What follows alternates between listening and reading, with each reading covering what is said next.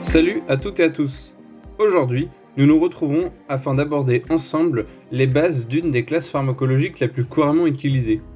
Il s'agit de la classe des antalgiques. Cette classe pharmacologique est employée dans la quasi-totalité des services et il est nécessaire de connaître certaines bases en lien avec cette grande classe thérapeutique.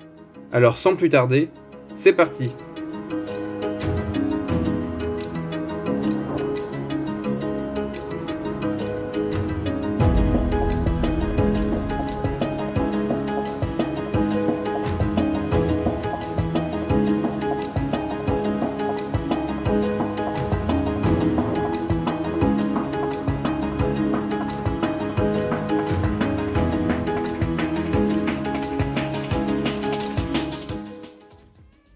Commençons tout d'abord par définir les termes douleur, antalgique et analgésique. Le terme douleur est défini selon l'IASP comme une expérience sensorielle et émotionnelle désagréable associée à une lésion tissulaire réelle ou potentielle ou décrite dans ces termes. En ce qui concerne les termes antalgique et analgésique, vous pourriez penser qu'il s'agit de la même chose. Mais non. En effet, les antalgiques ont pour objectif de calmer ou de supprimer la douleur, alors que les analgésiques vont supprimer la sensibilité à la douleur. Néanmoins, ces deux termes sont plutôt génériques et sont souvent employés sans trop de distinction par les professionnels de santé pour décrire un traitement qui va agir sur la douleur.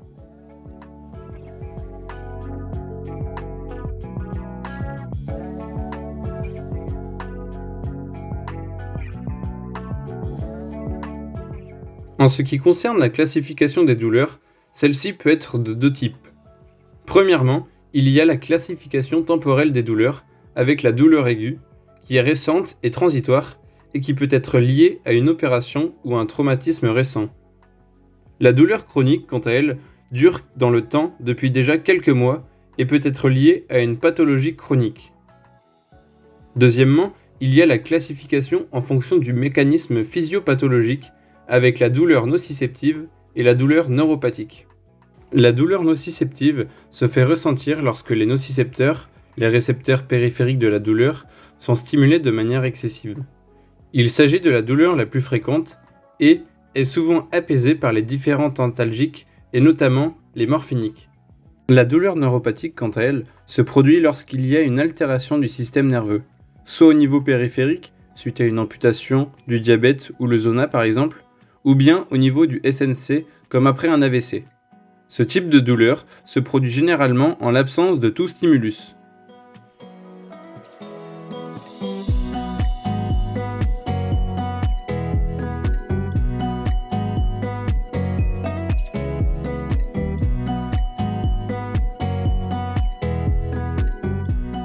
Maintenant, passons à la classification des traitements antalgiques. Établie en 1986 par l'Organisation mondiale de la santé, elle se distingue en différents paliers et repose sur l'intensité de la douleur pour traiter les douleurs aiguës par excès de nociception. 3 paliers se distinguent: le palier 1, le palier 2 et le palier 3.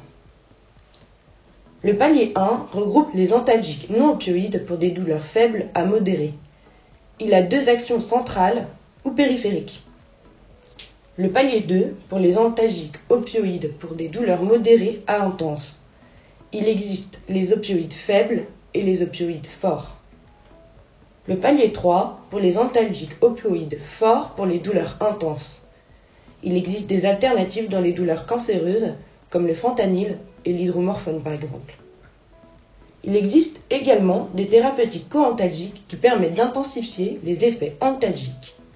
Sont concernés les antidépresseurs, les anxiolytiques, les antispasmodiques, les antiépileptiques, les anticonvulsivants, les anesthésiques locaux. La kétamine et la clonidine sont des génériques utilisés.